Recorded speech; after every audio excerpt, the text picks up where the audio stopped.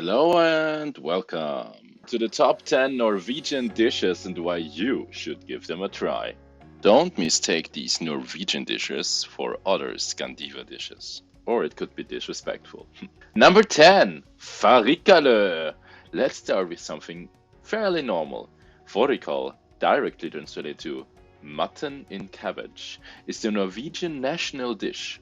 Hard and juicy, this recipe is surprisingly simple. Similar to a stew, mutton and cabbage are added to water and seasoned with salt and pepper. The stew is then cooked on the stove for several hours until the meat and the cabbage are tender. Even though it is such a simple dish, it is often served for family gatherings or as a weekend meal.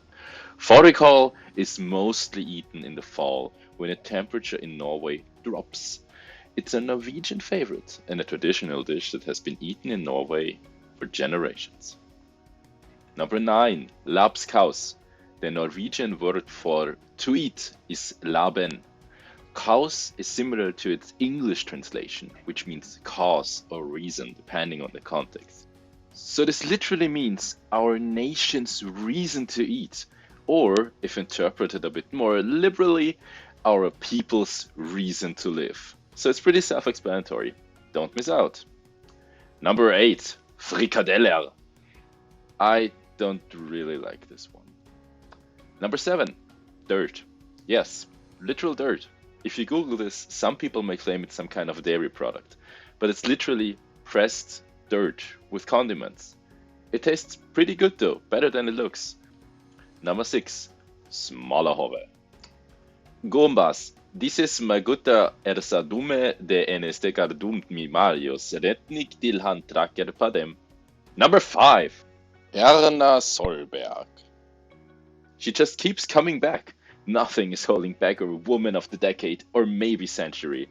Erna Solberg is solidly waiting on the silver medal. Some people may say our praises are overrating her, but I just look at the policies and I'm like, man, not even Wiebke Larsen got a tail on her.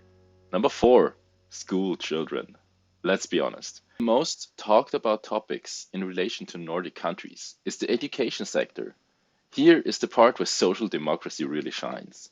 They betray an awful amount of brilliance in betraying their good handling in raising of children to be better adults and become leaders of our kind. We must stay in this way of holiness so society can prosper once again in glory and eternal sunshine. The sun will always shine on the glorious. May it never set in our midsummer and may it not rise for anyone until Scandinavia is once again the predominant power in the Pacific Northwest. We lay dormant for too long. May the lords rise once again from their slumber and let the world burn to ashes, so it shall rise anew and bring a new age of Scandinavia, of power. Let the Holy Cross burn and everything that sprang forth from it.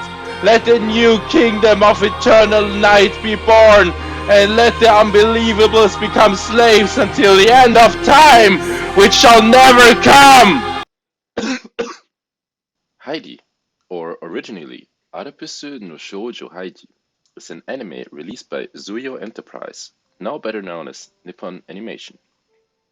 The series was first released in 1974 in Japan. Later, it was released to the German-speaking world, where it found tremendous success, especially in Austria, though its story takes place in Switzerland, and is an adaptation of a traditional Swiss novel, which is called Heidi's Lehr- und Wanderjahre, or The Whereabouts of the Empty Heidi. The novel presents a romanticized image of Switzerland, which is still on some people's minds when you think about the country. While stereotypes are often not liked, some people embrace it. This image of Switzerland is used to this day in advertisements to bring across a certain feeling. The anime, of course, uses this image in a stylized and somewhat filtered way. It stretches 52 episodes, each of which are 25 minutes long. So what is Alp Girl Heidi about? Heidi, or her full name Adelheid, is 5 years old and is living with her aunt since her parents died in an accident. Her aunt gets a new job and she goes to stay at her grandpa's place, a cottage high in the mountains. After some starting difficulties, she gets accustomed to the way of life on a farm in the mountains. The old man quickly grows on her. She also falls in love with nature and befriends another kid, Peter, until her aunt comes back to snatch her away from her newfound life and force her to befriend a girl in the city where she works, Frankfurt am Main. The girl is called Clara.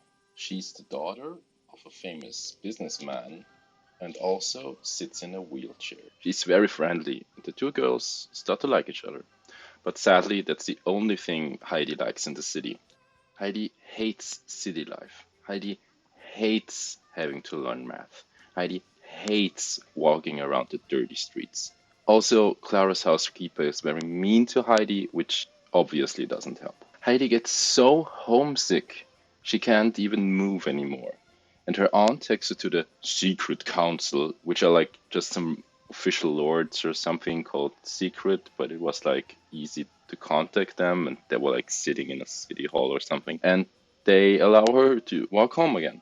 She keeps on living in the mountains and be happy. And Clara's health apparently improves so much she learns to walk again. Sometimes I can't sleep, and I'm going for a walk, or I want to go for a walk. Don't know why I can't sleep. Like sometimes it's just a stuffed nose, or I don't know, it's too cold or too hot or something.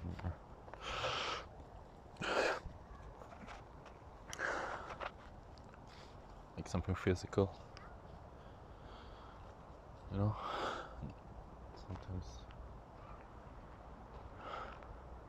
Sometimes it's not physical. It's in my head. And sometimes when I really can't sleep, I'm going for a walk, and it's so fucking cold. And never mention the fucking 3D series. Thank you.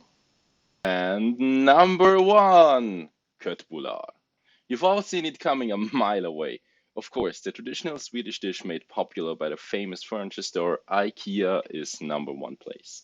There's so many different ways to prepare this meal, and I love all of them. It's honestly my favorite dish.